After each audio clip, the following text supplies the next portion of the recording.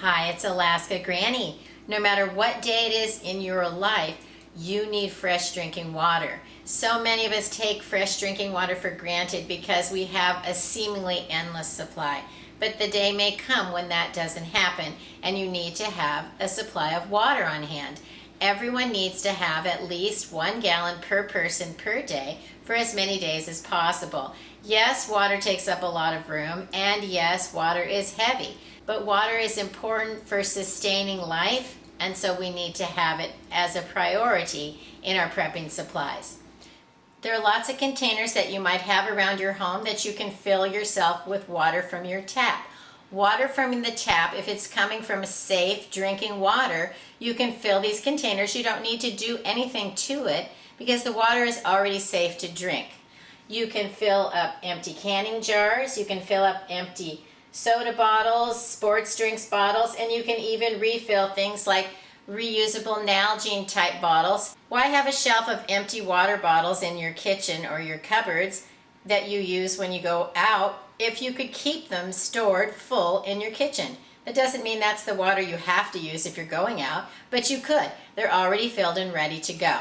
All water isn't just for drinking and cooking. We need some for hygiene and sanitation. I like to save big empty detergent bottles that have a pour spout spigot on it.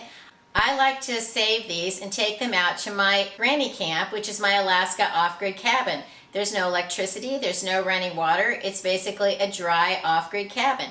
And so I can fill these up, and I have a little sink that's built in, but it doesn't have running water or plumbing.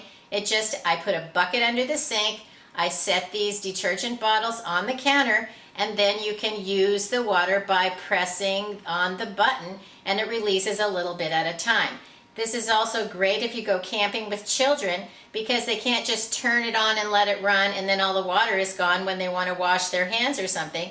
You can control the amount of water that is used for each event by pressing the button and then releasing it.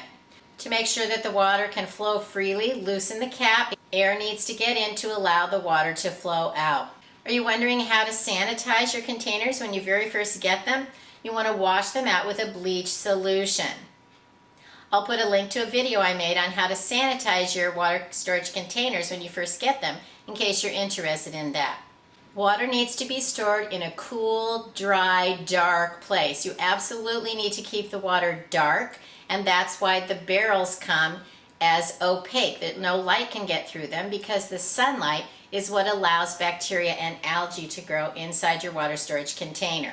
So if you are refilling containers that are clear, make sure that you store them in a dark cabinet. Also remember, water is very heavy. If you're stockpiling it in containers in your pantry, store it on the bottom levels in your pantry or your storage area. It's very heavy. You wouldn't want the shelves to break because the water was too heavy, or one of your containers got a leak and it ruined all the food you had stored below it.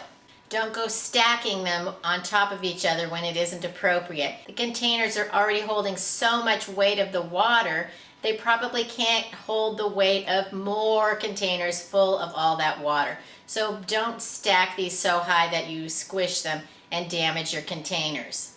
Never store water in recycled milk jug type containers. They're not sturdy, they're not designed to last, and it's nearly impossible to get all of the milk solids out of those kind of containers anyway, and then it's going to contaminate your water. So anytime you're reusing something that, even if it held food before, know that containers that held food with strong odors, it's nearly impossible to get those odors out. Can you use those still to store water? Absolutely, because you need water for hygiene. You can use those containers that had strong odors in them. Put some under the sink in the bathroom. Put some under the sink in the kitchen. Then you'll have water where you need it for cleaning, sanitation, and hygiene. Go over this water prepping to-do list and make sure that you have all of your water supplies up to date and ready to go, no matter what the future brings. If you liked my video, I hope you'll share it with someone who might enjoy it. Learn more at alaskagranny.com, and please subscribe to the Alaska Granny channel.